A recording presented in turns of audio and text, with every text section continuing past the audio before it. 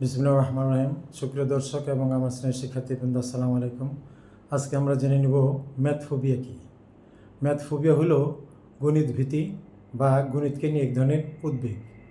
এটি একটি মানসিক অবস্থা যখন মানুষ সংখ্যা বা গণিতের সমস্যা সমাধানের ক্ষেত্রে ভয় ও উদ্বেগ অনুভব করে। এটি কেন হয়? এটির প্রথম কারণ হলো গণিত অত্যন্ত দুর্বল ধারণা। 2 নম্বর কারণ হলো শ্রেণীকক্ষে পর্যাপ্ত মনোযোগ না দেওয়া বা মনোযোগের পরিবেশ না পাওয়া।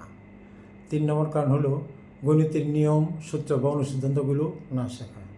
4 নম্বর কারণ হলো গণিত শিক্ষকের নিকট থেকে এই সম্পর্কে নেতিবাচক অভিজ্ঞতা অর্জন করা। 5 নম্বর কারণ হলো গণিতকে অত্যন্ত কঠিন বিষয় হিসেবে মনে করা। 6 নম্বর কারণ হলো শিক্ষার্থীদেরকে অন্যান্য শিক্ষার্থীর সাথে তুলনা করা। এখন একজন শিক্ষকের করণীয় কী? একজন শিক্ষক হিসেবে প্রথমেই কাজ হল যে বাস্তব জীবনে গণিতের ব্যবহার তুলে ধরা। 2 নম্বর হলো প্রত্যেক অধ্যায়ের শিখনের লক্ষ্য সম্পর্কে জেনে নেওয়া। 3 নম্বর হলো প্রত্যেক অধ্যায়ের নিয়ম, সূত্র বা অনুসিদ্ধান্তগুলো শেখানো। এরপরে এই নিয়ম সূত্রগুলোর প্রয়োগ কৌশল শেখানো।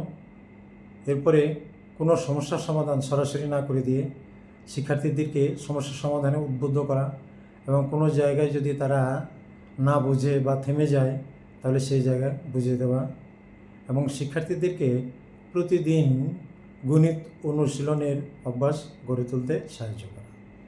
এখন একজন শিক্ষার্থী হিসেবে কী করণীয়? একজন শিক্ষার্থীকে প্রথমেই তাকে গণিতে ভালো করতে হবে এই ধারণা মনের মধ্যে সেট করে নেওয়া এবং নিজেকে প্রশ্ন করা যে সবাই পারলে আমি কেন পারবো না। প্রত্যেক অধ্যায়ের সূত্র নিয়মগুলো প্রথমে শিখে নেওয়া, সেগুলো বারবার লেখা এবং সেগুলো কীভাবে প্রয়োগ করতে হয় তার অভিজ্ঞতা অর্জন করা। শ্রেণীকক্ষে শিক্ষক যখন গণিত পাঠদান করাবেন তখন মনোযোগ দিয়ে বোঝার চেষ্টা করা, কোনো কিছু না বুঝলে দাঁড়িয়ে জিজ্ঞেস করা। প্রত্যেক অধ্যায়ের শুরুতে উদাহরণগুলো ভালোভাবে বুঝতে চেষ্টা করা, উদাহরণ আলোকে অনুশীলন প্রশ্নগুলো সমাধান করতে সচেষ্ট হওয়া। অনুশীলন প্রশ্নগুলো কোনটা কোন সূত্র বা অনুসিদ্ধান্তের সাথে সাদৃশ্য সেগুলো বুঝতে পারা।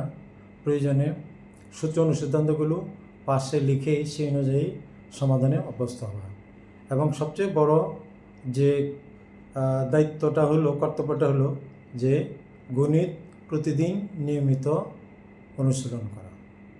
আশা করি এইসব নিয়মকানুন মেনে চললে গণিত অত্যন্ত সহজ হবে। মনে রাখতে হবে গণিত সকল বিজ্ঞানের ভাষা। আজকে এই পর্যন্তই। আসসালামু আলাইকুম ওয়া রাহমাতুল্লাহি ওয়া বারাকাতুহু।